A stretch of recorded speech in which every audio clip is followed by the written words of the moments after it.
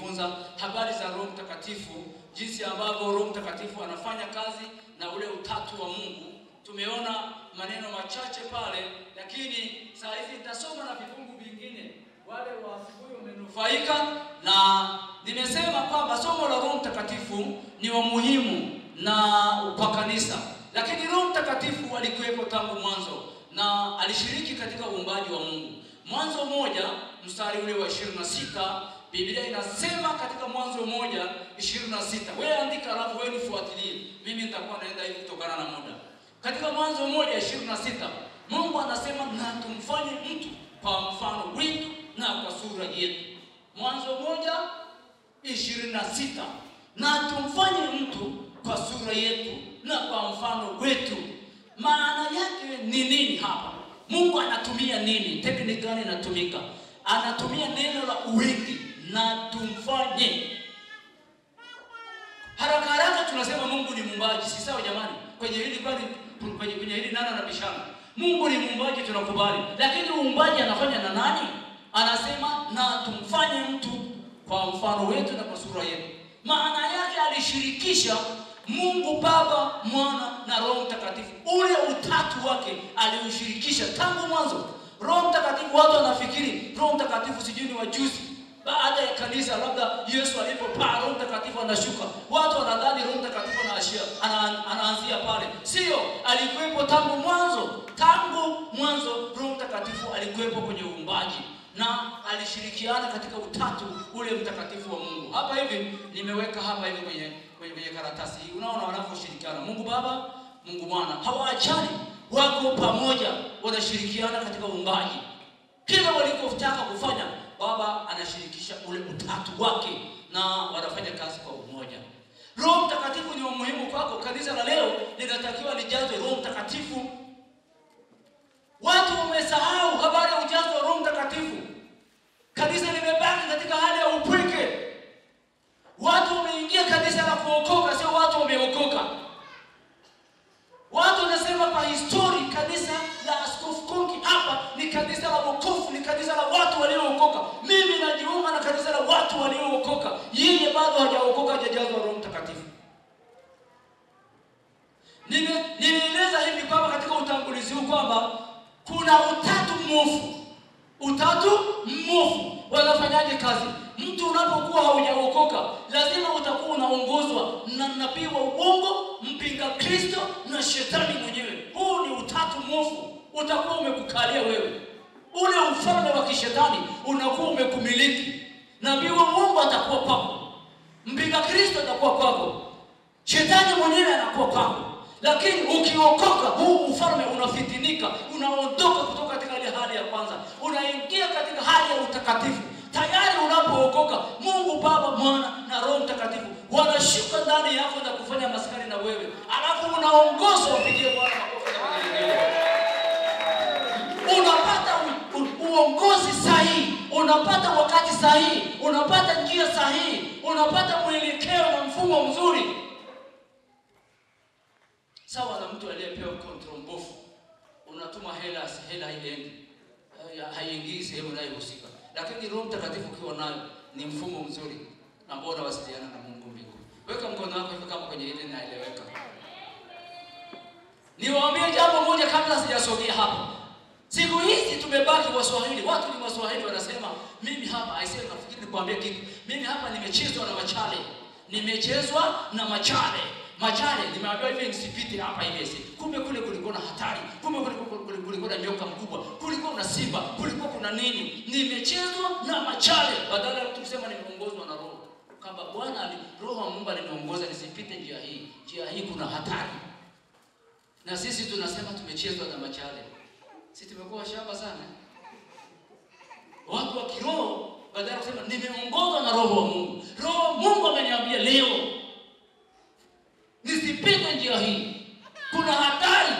Hata Mtume Paulo wakati anahubiri Injili, kuna miji PCD asiji wapi, Roho Mtakatifu anamkataza, anamwambia katika mji huu usiende. Nenda mji ule, nenda Antiokia, nenda PCD, nenda siji wapi. Kuna maeneo Roho Mtakatifu anakukataza, anakuambia huko sio, utauawa. Na Mungu anataka Injili iendelee kwa upande mwingine. Mungu anamnusuru kutoka mji ule na kumpeleka maeneo mengine. Sasa sisi tuliokoka, baba askofu, hapa tunasema nimechezwa na machale. Sio kweli. Bwana Yesu asifiwe sana.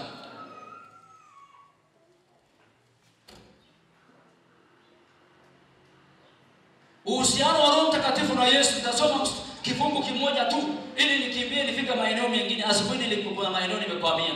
Yesu alipokuwa azaliwe, Mariamu alichukua mimba kwa uwezo wa Roho Mtakatifu. Yaani wewe hapa andika uhusiano wake katika uumbaji tumemaliza aliposhirikiana. Lakini uhusiano wa Roho Mtakatifu na Yesu.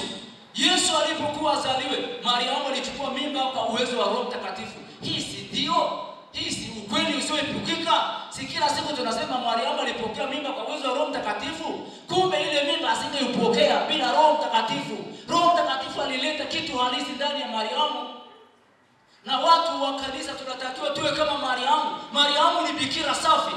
Ni mwanamke ambaye ametunza ujana wake. Ni sehemu sahihi na takatifu ambaye Mungu kutoka mbinguni aliona ni mahali sahihi pa Roho Mtakatifu kushuka na mtoto wa Yesu kuzaliwa. Bwana Yesu asifiwe sana. Hakujichanganya. Mwanamke asimjua mtu mume. Roho Mtakatifu akashuka. Yesu akaja kwake akazaliwa ili mwili upatikane. Mwili ukipatikana ili damu ipatikane. Yesu ale kama kondoo wa kuchinjwa ili kwamba tupate ukombozi wa milele. Bwana Yesu asifiwe sana. Alifanyika mwili. Baadaye alizaliwa. Biblia inasema alichoka. Alihuzunishwa. Alikasirishwa. Aliona njaa. Akawa amevaa mwili wa kibinadamu. Akawa mwanadamu halisi.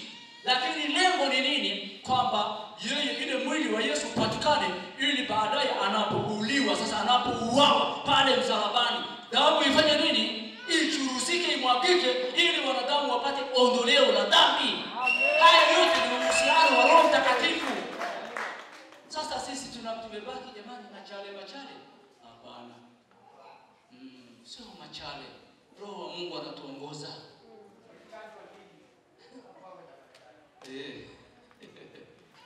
Bwana Yesu asifiwe sana. Simeona pointi moja hapa lakini nimalizie na pointi ya pili alafu niondoke kwenye kazi ya Roho Mtakatifu. Saa hizi ni aje sehemu nyingine. Roho Mtakatifu, katika Roho Mtakatifu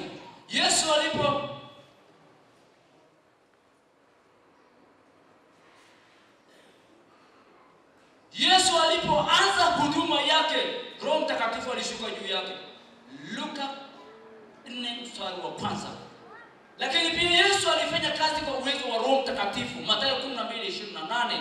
Asubuhi tulisoma akasema, mimi nikitoa pepo, jueni ya kwamba ufalme wa Mungu umefanya nini? Umewadia. Nikitoa pepo. Kwa hiyo Yesu alikuwa anafanya kazi kwa uwezo wa Roho Mtakatifu. Anasema nikitoa pepo, ufalme wa Mungu umewajilia. Kama mapepo hayatoki, ufalme uko wapi? Si ule ufalme wa kwanza ambao nimesema unatakiwa ufitinike, uondoke, uache utawala wake. Kama mapepo hayatoki, na maana ule ufalme wa kwanza ulioko ndani yako haujaondoka. Wewe umeingia dini ya wokovu. Sio wewe ni wa wokovu. Sio wewe umeokoka. Hivi kumbe kuna kuokoka na kuna mtu kuingia dini ya kuokoka. Au kuna kuokoka na kuna mtu kuingia dini ya kuokoka. Kanisa la kuokoka. Kanisa la pili la Eli la Babati ni kanisa la kuokoka. Makanisa ya Kipentekoste ni makanisa ya kuokoka. Watu siku hizi wanasema mimi naingia shoga wangu, mimi naingia kanisa la kuokoka. Nikisha ingia pale mambo yangu yameisha. Kumbe mambo hayaishi hivi. Lazima uingie utimize masharti ya neno la Mungu. Biblia inasema aaminie na kubatizwa ataokoka. Hatua hizi tatu lazima zifuatwe.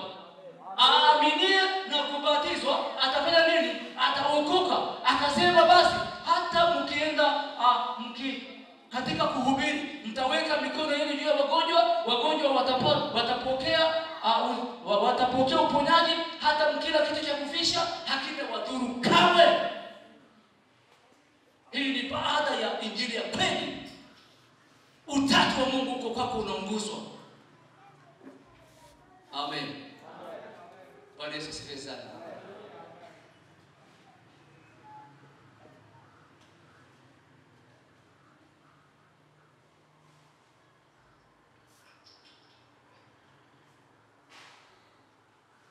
Yesu alipokuwa anabatizwa, Roho Mtakatifu alishuka juu yake kama huwa.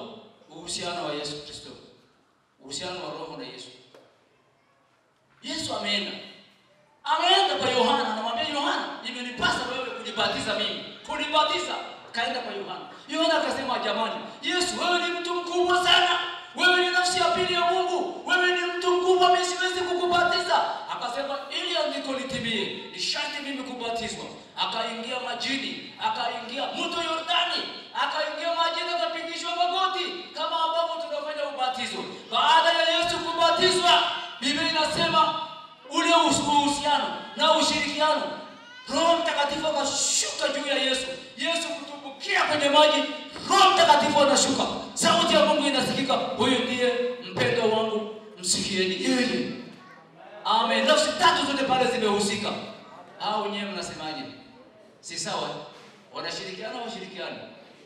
Kila hatua Roho Mtakatifu yupo. Kila hatua Roho wa Mungu yupo. Kila hatua Yesu yupo. Kila ndani Mungu yupo. Kila hata Mungu, sauti ya Mungu ilisikika. Bwana Yesu asifiwe sana. Weka mkono wako hivi kama unanielewa. Mimi sikucheleweshi sana, nataka nichukue dondoo chache sana. Hii somo ni ndefu sana, ni baba askofu masaa mawili au matatu ingeisha, lakini kwa sababu tuko kwenye ibada, mimi sikuja kufanya mkutano wa amsho. Ile ninawakumbusha kwamba Roho Mtakatifu, jamani kina mama, ni wa muhimu. Maombi huwezi bila Roho Mtakatifu. Kwaya inaimba hapa, huwezi bila Roho Mtakatifu. Ukisimama mbele ya watu, unaanza kujiangalia. Sasa kina mama akisimama mbele ya watu anaanza kufanya hivi. Mara sijui siketi haijakaa vizuri, mara